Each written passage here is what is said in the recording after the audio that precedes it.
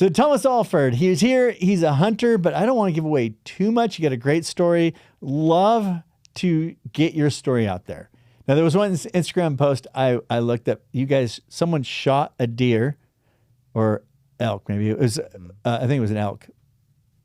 And you walked up to it and it bolted. Yes. That was, you want to know that story? Yeah. That was a friend/client in Old Mexico in the desert of Sonora. And he shot a deer. The deer fell over. And It was a big deer. Giant. Yeah. Like the deer of a lifetime. Giant desert mule deer. And we walked up, and apparently the shot had it had just nicked the top of his spine, and so it caused semi-paralyzation, but it wears off very quickly. And so we spent a few minutes walking over to the deer. That video is heavily edited, by the way. Really? Yeah. There was some colorful language that was being said. But I reached down to touch the deer's horns, and like Lazarus, he came up out of the grave. And so I had to hold on to him and lock my elbow out while the deer pushes me like 20 or 30 feet. And I mean, my feet are barely even touching. This is a giant animal. Yeah. And then he finally let go and let me alone and wheeled around, and we shot him again, and it was over. But yeah, I've had a few stories like that. We've been charged by a bear. Had a few encounters. It reminded me of the first deer I shot. Yep. I was actually a real estate client. He took me to the bow shop and said, "All right, let's go just look at stuff." And he goes, "Hey, you like this one?" I go, "That's kind of cool." He goes, "Oh, good, it's yours." So he bought me my bow. We went hunting, and I got one. It died right on the trail. Like it got him, perfect shot, falls in the trail. And his rule, he always brings cigarettes with him, and he doesn't smoke, but he smokes one cigarette, and then we go walk up to it. It jumps up off the trail, off a cliff, down into blackberries. Oh, no. I had to go get it. We've had a few of those. I mean, I've chased some wounded bears in Alaska. We had to, had a guide get charged. The first shot he took at him, it was at 3 feet. Oh! Charge. That thing came around, and I ended up killing that one with a pistol. And we've had several wild hogs charge us. We've had some fun experiences. Probably some other stories I don't want my wife to hear. So. Break down your life in little eras that like really stand out. Got out of high school, made some really poor decisions for a couple of years, and kind of totally ran away from the Lord for a while. I think I was 20, almost 21. Started realizing some of the decisions that I was making and the ramifications of what they were having in my life, and totally turned back to the Lord. So I'm going to interrupt 21. Yep. What happened at 21? 21. I had a close friend get murdered. And when that happened, it put a lot of things in perspective for me. It was kind of like getting hit with a sledgehammer. Really good kid, running around with the wrong people. And it happened. And there was a group of friends that I had, and all of us, I think it kind of all hit us at the same time. And we kind of had to reassess our lives and where they were headed, and it wasn't in a good place.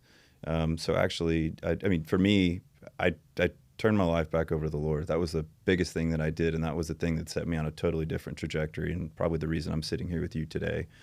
So when you say you turned, what did you turn?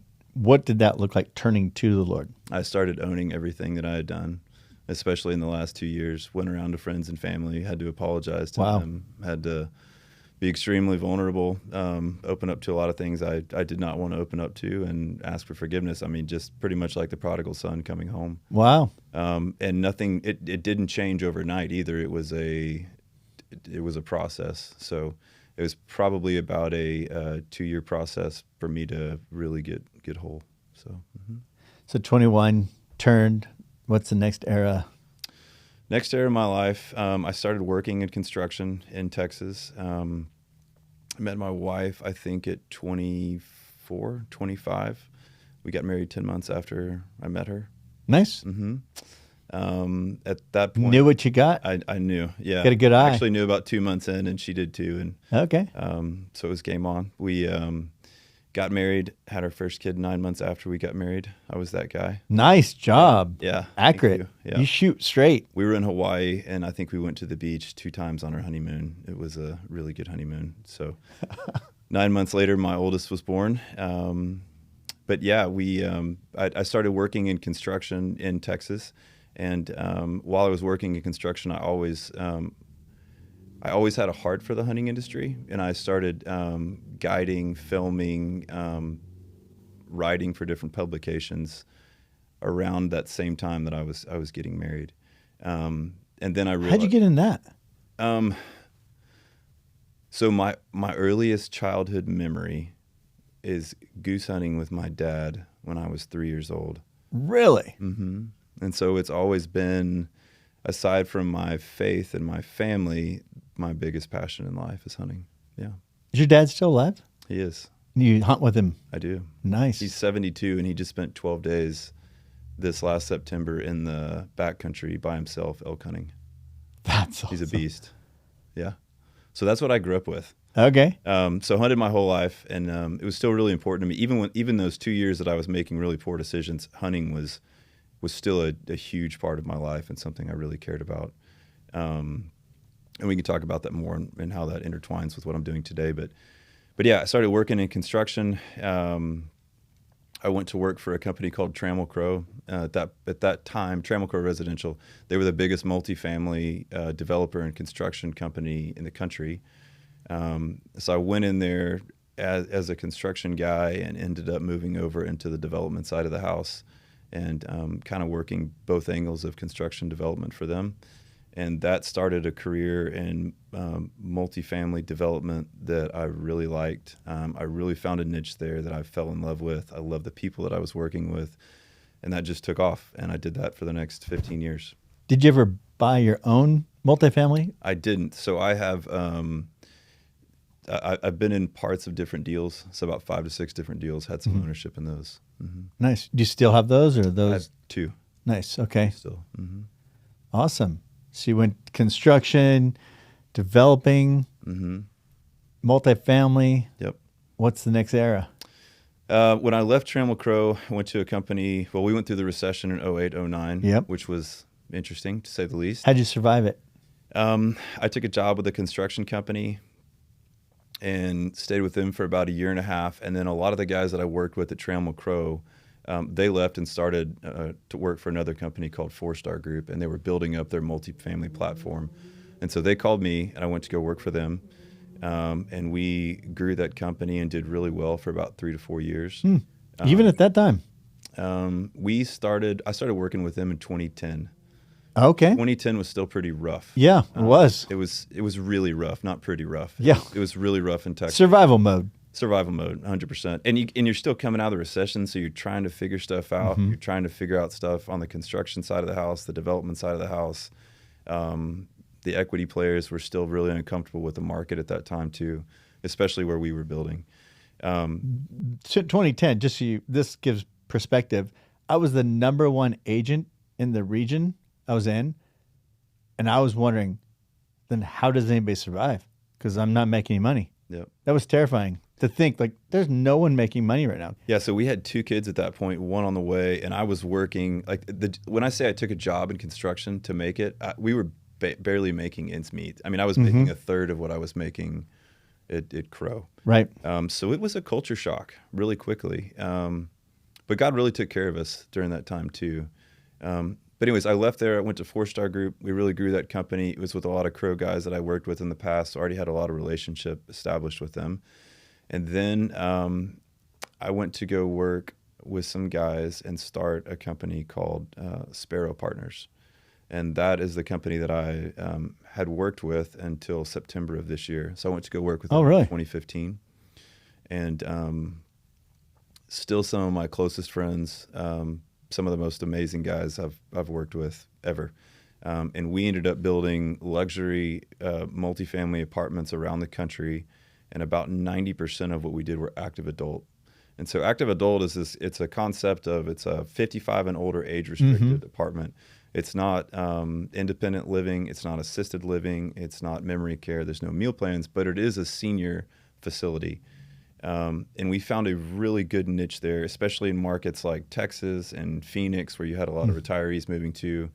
We were branching out into Florida. Most recently, we did a couple deals in Vegas last year. I think we had 17 deals under construction when I left in September. So, yeah. Wow. And then now you're in this new era. Now I'm in this new era. Tell me about this.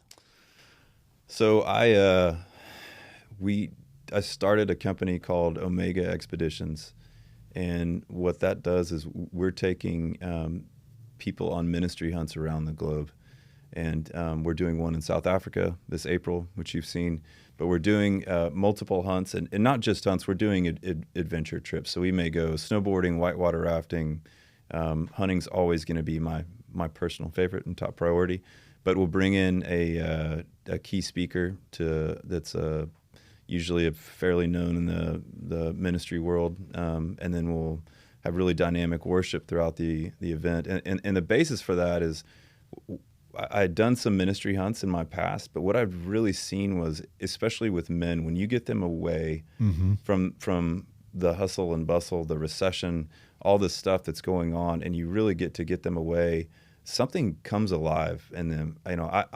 For me, my perspective of Christ going out into the wilderness is a lot different than most people's. They see that as like a terrible time. I don't see it like that as much. I see that as someone who's like, no, I'm going to go get away. I'm going to be with my Father, and I'm going to really reconnect to Him and to myself too. And I think that for men, for me specifically, when you get away from a lot of that stuff, a lot of doors open up, and maybe some of those things that the Lord's been trying to tell you, you can actually hear a little clearer. At least that's totally my perspective. So totally agree. Yeah, so we established this platform. We're in the process of filing a nonprofit right now. Matty Montgomery, he's a pretty well-known evangelist speaker. He was the lead singer of a band called For Today as well. He's going to be going to South Africa with me. He's a guy I've hunted with there before and all over the country here. So yeah, we're really excited. Scary, but really excited to do it. So what inspired you to branch off and do this? I mean, this is a risk, right? Yeah. It wasn't just like, oh, this will be easy. What gave you the rocket fuel to propel and do this thing? Yeah. One, to your first question, it scares me. Like, it totally scares me, so I know it's God. So we, my dream had always been to be in the hunting industry full time at some point. And really, like, real estate and development had afforded me the ability to do a lot of the hunts that I had only dreamed of, especially the hunts that are overseas and the pretty high dollar hunts. But about a year ago, I started to kind of make a name for myself in the hunting industry, for whatever that's worth, having people kind of recognize who I was and notice me. And I was working with some different companies, and I got honestly really depressed, and I couldn't figure out what was going on. Yeah. And because I'm like, you have this dream, it's something that you wanted to do your entire life, and why do I feel this way? Like, this is really weird. And Matty Montgomery, the guy who's going to South Africa with us for that trip in April, he calls me out of the blue one day, and he says, hey, the Father told me I need to call you urgently. And I said, okay. And this guy doesn't do that. Like, we're close friends. I know him. And so I'm like, okay. And he said, what's going on and what's happening? And I just told him, like I just told you, like, hey, I'm getting, some notoriety, and this is like my dream, my whole life, and I'm watching it come, start to happen, and I'm really unhappy. Like, I'm miserable. Wow. And he goes, yeah, I totally get that, knowing your personality. And he told me about when he was in the band For Today, and he said something to the effect of, you always have to stay on top. You always have to promote yourself, be ahead of the curve. And it's kind of a look at me scenario. Mm-hmm. That is so countercultural to my personality. Yep. And the minute he said that, I was like, that's the problem. That's exactly what's driving me crazy. And he said, well, if you could do anything, what could you do? I have no idea where this came from. It just exploded out of me. And I said, if I could do anything, I would take men on ministry hunting trips all over the world and watch God change their lives. And after I said that, I went, oh, shoot. And he goes, sweet, that's what we're going to do. That's awesome. And so we laid it out there, and started that process last July and got some pretty amazing confirmations from a lot of different people and the Lord, and here we are. Scared but confident and completely at peace. Yeah. I know that sounds like an oxymoron, but that's how I feel right now. Yeah. So I was walking around this school praying with my friend who's like leader of Young Life, and we were getting every morning and praying for the school. And every night I'd look at the moon. For whatever reason, the moon would represent China to me. mm, And these kids from the moon were crying out for me to come to China. And it doesn't make sense, but that was what's happening inside me. And nope, I got to go. I've got to do this. And I don't think I've even told anybody that, but that was going on. And it was, he asked me one day, he said, "You sure?" And I said, "I have zero doubt. Terrified, freaked out, but I'm very sure I got to do this." So yeah, that was my personal experience with that. And when you just know what you're going to do is like God has me going on this adventure. So right now, where are you at with all that? So we're doing our first event in 2 months from now, almost to the day. And so really the last 2 to 3 months has just been setting stuff up, working with lawyers, meeting with CPAs. We're establishing a nonprofit, handling most of the administrative sides of the business. I flew out to Tennessee last week, filmed a bunch of stuff with Maddie. He's got an amazing media guy named Luke out there. And really just, hitting it at all cylinders right now, trying to ramp it up and really get it going. I'm flying out to Nashville in 2 weeks. Got to meet with some outfitters out there, really secure more spots for us to do more ministry hunts right now. So. Did I tell you we've started an adventure club here? No? Yeah. So a friend of mine, Jordan, he had a dream one day. Neo from Matrix was telling him this word. Neo he didn't in the dream? Yeah. Okay. And he didn't know what this word was. He's like, "I don't know what you're talking about, Neo." And he wakes up and the word was entre adventureship. And I had just had a thought in my head, like just moments before that, like we should have like this adventure club where we do stuff. And so I was like, hey, I just had this. So the two of us said, let's launch this thing. So far we've had like 6 or 7 adventures so far. And we just keep adding more things. I mean, we've got to keep talking about that. So what were the adventures you guys did? So we did whitewater rafting down the Sac. That was our official team meeting to launch the thing. You got to do it that way. So we had our office meeting on the river. Then we went and did golfing and Airbnb McCloud Falls. Just all of us got in freezing cold water in the McCloud Falls and messed around, hiking up to Heart Lake, skiing. We were going to do a huge cold plunge thing. What we found, the connection you have on these adventures is unbelievable. Mm-hmm. Like we have guys from all over the political range, all over the religious range, and we're like brothers. Like you can't separate us now. Mm-hmm. It's pretty fast. Airsoft war. Concealed carry permit, which was a little crazy. I probably should have backtracked a little bit. We do a lot of adventure hunts that are really hard backpack hunts and like deep into the mountains for 2 weeks maybe. Yeah. The guys that I've done those hunts with, even the ones I did 20 years ago, they're still some of my closest friends. Right. Like we can pick up after not talking for a decade and it's like we never left each other. Yes. There's something forged inside of men when you do hard stuff together that you never forget. And there's a slight tweak. I've seen people do the adventure thing and they feel like they got to be vulgar men. Mm-hmm.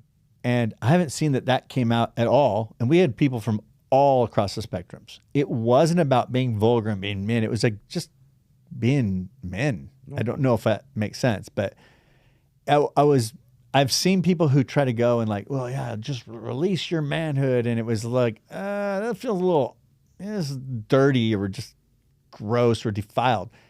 What we've been seeing is people are just starving for being men.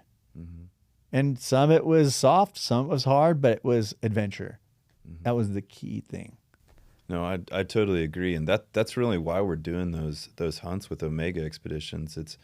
that there's such a hunger in men right now for adventure, just like you said, that's coinciding with people being robbed of masculinity, which is a whole nother topic we could go down. But it's been so powerful. Some of the most powerful moments I've ever had in my life were on top of a mountain in the middle of nowhere, coming out of a 13-mile hike out. It was absolutely brutal, where guys didn't think they could make it. And yeah, I mean, I was in a tent on top of a mountain in New Mexico this last year with 4 guys, and it was one of the most powerful and holy moments I've ever experienced in there. You had grown men, some of the toughest men I've ever seen, that were weeping. You had other guys taking communion. But we'd also just come off of something that was really challenging and brutal, but we made it. And there was a sense of accomplishment there. And then being like, I think it gives you a different perspective on yourself and what you can get through. But going through that with other brothers, it's magical. Yep. It really is. What do you think it is in society today that's become so important? That I think it is more important today than it was a few years ago. What do you think is going on that's causing that? I think we're being robbed of it. I mean, for me, you take screens and media and all this sensationalism and false dopamine, like we were talking about earlier, that you're getting from what's sitting right in front of you, that you forget what's going on all around you. And it's not natural for us to sit here and do this all day. So I think there's a craving inside of people for that, to really get out. I also think that there's some camaraderie and brotherhood that we don't get as much when we're using media to communicate 24/7. And then I think it's doing hard stuff really challenges you. And I think that when you take somebody past something that they didn't think they could accomplish, it changes them forever. I took a guy on a hunt. I don't want to give away who he is, but not too long ago. And that guy, I watched him accomplish something that seemed superhuman, especially for that guy. He totally broke down the last part of this trip we went on, and was even weeping at one point. But he finished, and he did it. And I saw him the next day. That guy's a totally different person. And I talked to him now a year later, and I'm like, you're still a totally different person, because you realize what you could accomplish if you were really willing to do it. And you also had brothers that were right beside you going, you can do this. There's like 4 of us that were there with him. But yeah, there's something really powerful in that. I think it is really missing from society. It's something I try to get my kids to do. I mean, my son's 13 right now. He's hunted all over the world with me. Started hunting with me when he was 4. He was with me in South Africa 2 years ago when he was 11, and I shot a Cape buffalo with my bow. I don't know. There's not another 11-year-old kid in the world that I can think of that's seen a Cape buffalo die with a bow. That's amazing. Yeah. That is amazing. But trying to get them out there and have adventure and experience all that stuff. It's not to say that that Fortnite never comes on in my house, and that he doesn't have a phone. But yeah, I think there's a healthy balance to that, and I think that we need to get back to the adventure side of who we're really created to be. Right. I heard this guy talking about the radio and how the radio was the first time in history you could do something with a group, but not anybody. You're actually alone. And from the radio to today, it's got even more amplified. So when that radio came along, you can all of a sudden have an experience with a massive group of people, but really with nobody. They started noticing society problems back then, and now what they are. So I just thought that was really interesting, because the Adventure Club idea came from the thought, we've gone so far from our original communities. You had the fire in the middle of the community. You had everybody living around. The guys went out in the daytime, go get stuff. The women prepare stuff and protect things and take care of the kids. The men come back with the stuff. They all cook it together. They eat around the fire. There was community. Now I drive home. I go in my garage. Door closes. Once in a while, the guy across the street, we say hi. I just learned the neighbors' names down the street. This craving to do stuff with other men and other people, I think it's at an all-time high. We're not built for this. No, I completely agree. I mean, when I was walking in the door in here, so there's a group of about 12 men in town that we're all we all hang out and try to get together once a week, and they were just scheduling our weekly get together for tomorrow night. It's the same reason you've come over and shot bows, shot archery equipment with us over at Ben's house. Like, there's something that happens there that is really needed. It's also, I've noticed when a lot of guys, myself included, when you are going through some of the tougher stuff in life, is you start to shut everybody out. So for me, I need that community, not just because it's natural and what we were built for, but I also need it because I want those guys to invest in my life too. And be vulnerable enough to share with them some of the stuff that's going on.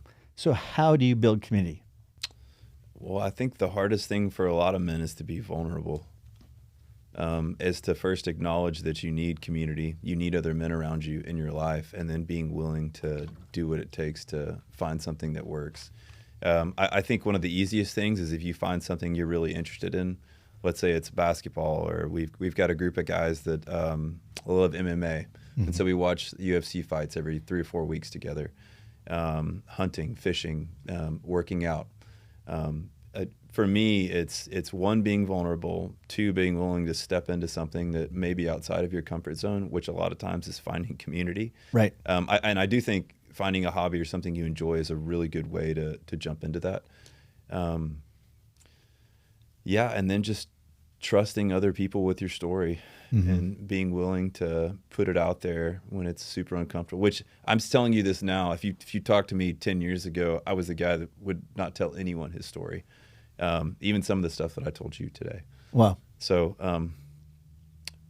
but I'd rather be this guy who's sitting here than that guy before. So, isn't it freeing? It's completely freeing. Yep. I've learned the superpower of being able to laugh at yourself and where you were before. I heard somebody say, if you can laugh at yourself, if you can laugh at the situation 10 years later, why not laugh now? Yep. And that freedom, like, yep, I just did a stupid thing. I'm going to embrace it. The culture I grew up in Texas too. So we lived out in the country just outside of Austin. And it was just, it's a lot different down there. It's not like vulnerability, talking about feelings, stuff like that. Yeah. That was not something I was ever around, a part of. Like, I had no concept for that. So it took a long time for God to really heal me of a lot of pain and other things that I had to be vulnerable to make that work, you know. And I think it's it's kind of like, there's a lot to be said about vulnerability. I could probably write a book on that, the ways I haven't been vulnerable and what God's actually taken me through the last handful of years. But it's been so powerful for me to finally open up, whether it's laughing at yourself or just telling your whole story. If you'd asked me 10 years ago, so what totally changed in your life and why did you turn back to God and everything, I probably wouldn't have been like, yeah, one of my closest friends got murdered. It was a horrible accident. I would have just been like, well, I just did it, you know? So really trying to share that story, because I think some of that story, what people don't realize, is a testimony to other people around them and really to the Lord. Right. You know, so. And I'm finding with vulnerability and things like that, so recently with cold plunges, the very first time I really went for it, I got in the water, I jumped out within like seconds. My whole body said, no, I will not do this. And I shook it off and went, what am I doing? I want to do this. And I jumped in again, same thing, 3 times in a row, couldn't do it. But I was so angry at myself. I've got to do this. I got to do this. I know this will be, I got to do this. Well, now it's become so natural that every day I just, I'm getting in the water. I don't even think, I put my shorts on when I wake up, walk in, plunge in the pool. It's freezing cold. I just checked this morning. It's like 40 degrees. Like, all right. And then I get out. I'm good. I feel like all this, you don't start from just, okay, I'm going to be vulnerable now. It's like, okay, you got to you got to try. You got to keep trying, but fight for it. And there's a power to it. All these things are like secrets. If we don't fight for it, you'll never get it. But when you get it, when you get that, you're going to start craving vulnerability. Mm-hmm. Like people who go, I was walking by a house. Actually, just now I was showing a house.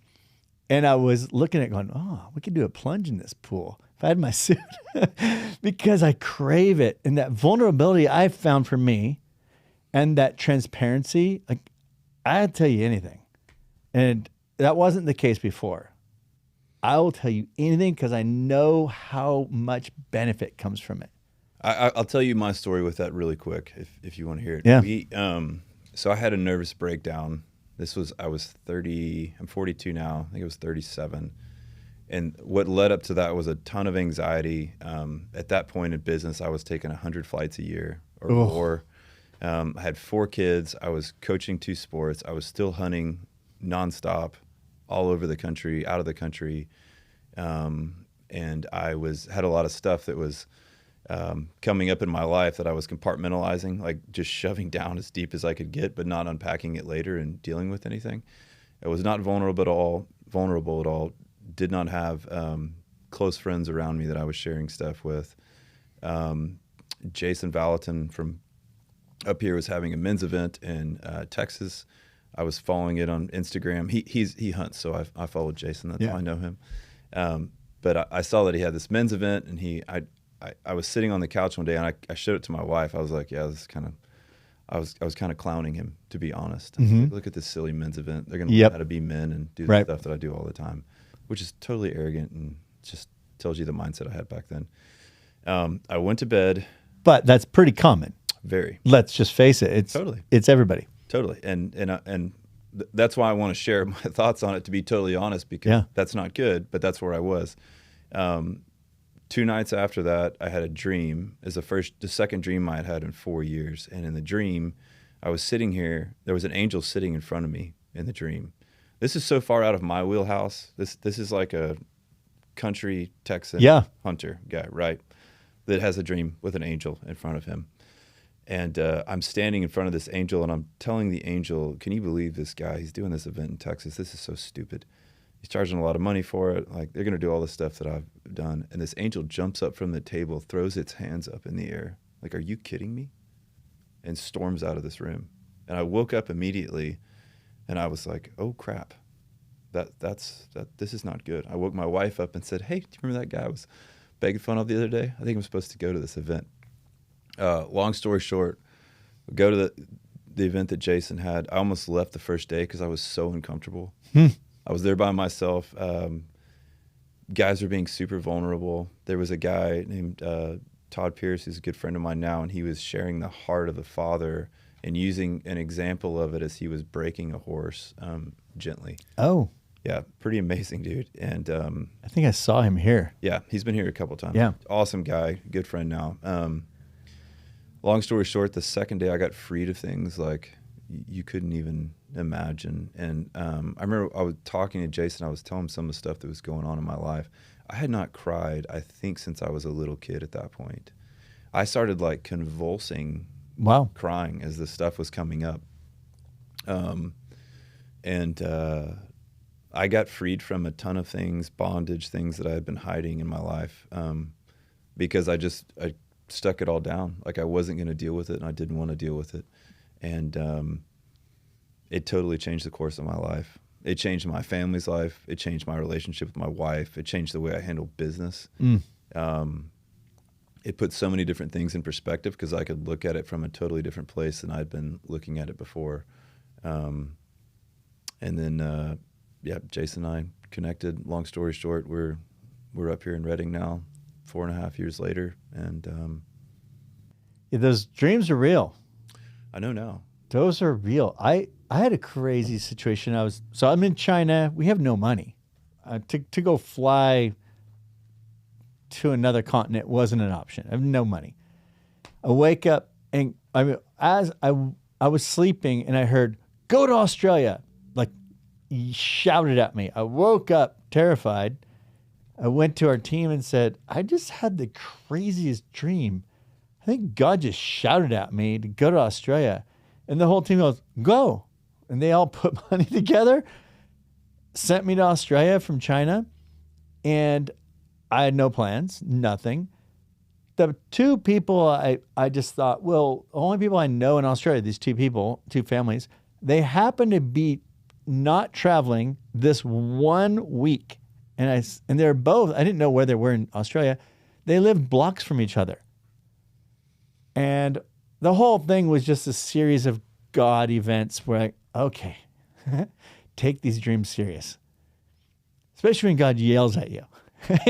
Yeah, or like if you have no concept of, I mean, if you would have told me like seeing an angel in a dream, like that is so foreign to me, especially back. Right. I look back on that guy and I'm like, man, I bet that scared the crap out of you.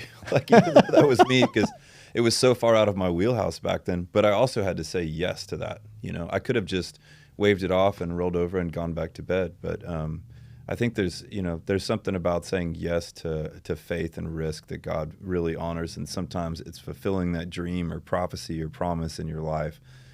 Sometimes it takes some action too. So, but I would not be here today. Okay, I had one question I did want to ask today, and I'm Googling. So I told my son this morning, I want you to search on YouTube advice I would give to a 21-year-old boy. And I just said, I don't care. You just need, that's your schoolwork today. You need to Google that. What would you give to your 21-year-old self? I would tell him that the people that he runs with in life affect him and his future a lot more than he realizes. So That's to have, really good. have good relationships. I would tell him in business, especially at a young age, so in your early 20s, to go for everything. Raise your hand every single time someone says, can somebody handle this? Yeah. Especially before you have 4 kids and you're taking 100 flights a year. I would tell him to always live with honesty and integrity, no matter what, even if it hurts. Yeah, and really just follow and seek the Lord. I'd also tell him to have adventures. Right. I think it's a big thing that's lacking. I'd be like, go for it, have adventures, especially while you're young. Do everything you possibly can and dream big. I've got this idea of an education system based on, so Airbnb has a rating that you could have a teacher rated by the student, by the parent, and by the other teachers. Because if you had a student that came from this teacher over here and they're coming and they're not prepared, like, hey, what happened? Why aren't you prepared in this area? Yep. Because teachers know what's going on between the teachers. Yep. They just can't say anything right now. But to have a rating where the students go, I feel more interested in this concept. I want to know more about this. I study on my own on the subject just because my teacher makes me curious about it. Or they don't. And then we find out, okay, what teachers out there are really valuable. So I was presenting this idea about a year and a half ago, and I was up skiing, and one of my clients goes, hey, how you doing? I said, why aren't you in school? He goes, no, I went on my own. I have a tutoring business. So how's it going? She goes, I make more money now with 5 students, makes more money. She goes, I'm having a blast. Yeah, I mean, I love the Adventure Academies. The idea behind that was amazing. I especially think for boys. Like, yeah. Because I think the classroom learning right now is geared more towards girls, like asking someone to sit there and be perfect, and that's not how guys are wired. So. I was so jealous of the girls who could do it and not get in trouble all day long. I was like, I looked at Jodie Butterfield and said, how does she never get in trouble? How? Because it's natural. I'm like wild. I was a wild kid. It put a lot of things in perspective for me. So my best friend is the oldest of 7 kids. There's 4 boys, and then they had 3 girls afterward. So the oldest 3 went through standard school, and then starting with the youngest boy, his mom started homeschooling. And she's like a second mom to me, and calls me one day, and she's like, Thomas, I don't know what's wrong with my son, and he's not paying attention. And she was trying to teach him at home with kind of a standard schooling with like desks and chalkboards and everything. And she said all he does is stare out the window the whole time. They lived on a ranch in Texas. Yeah. And I let her finish. She was visibly upset. And at the end of it, I said, I think the problem is he's just a boy.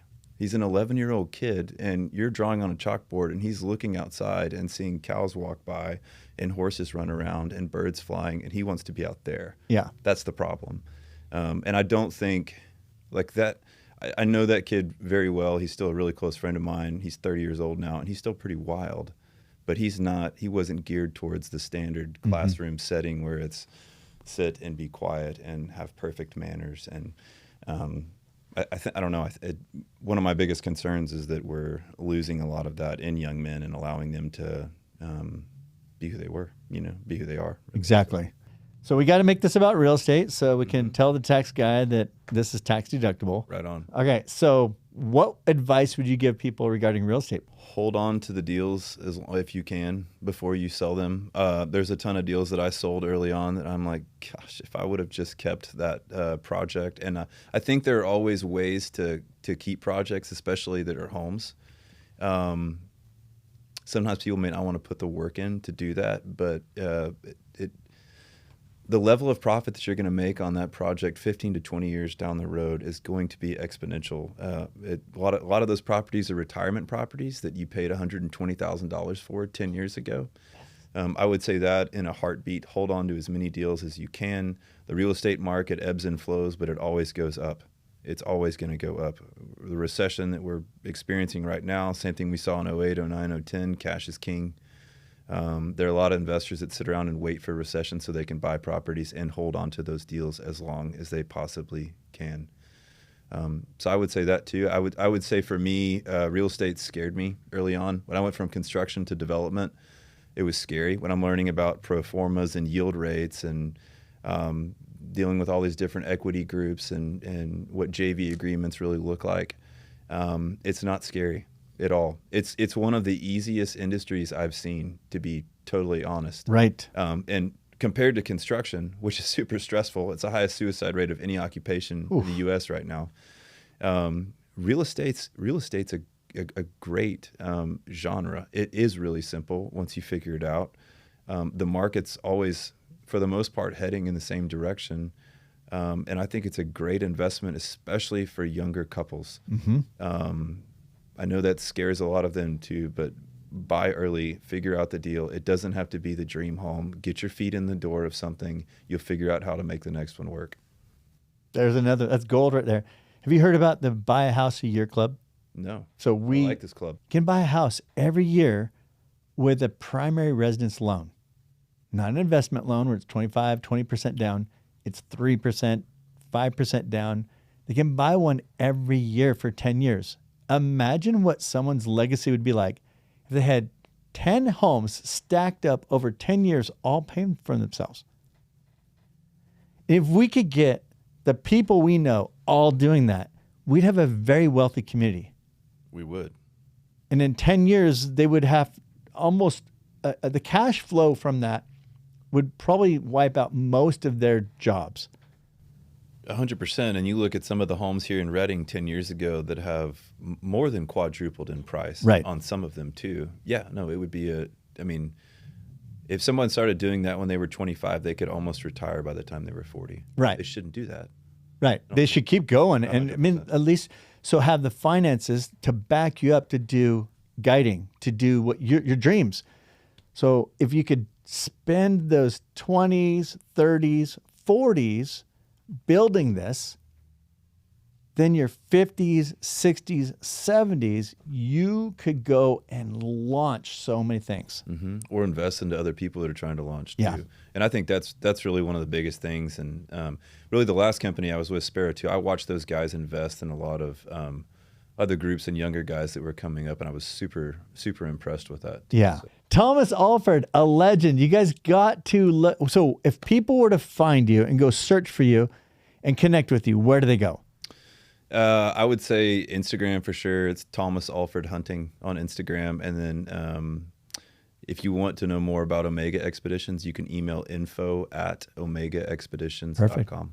Okay. Well, Thomas, absolutely a pleasure. And whatever I can do to be in your community, I want to be in. I think you're awesome. Thank you. You as well. And I really appreciate the opportunity. Good times. Well, I hope you guys all connect with Thomas in the future as well. And thanks. We'll call it good.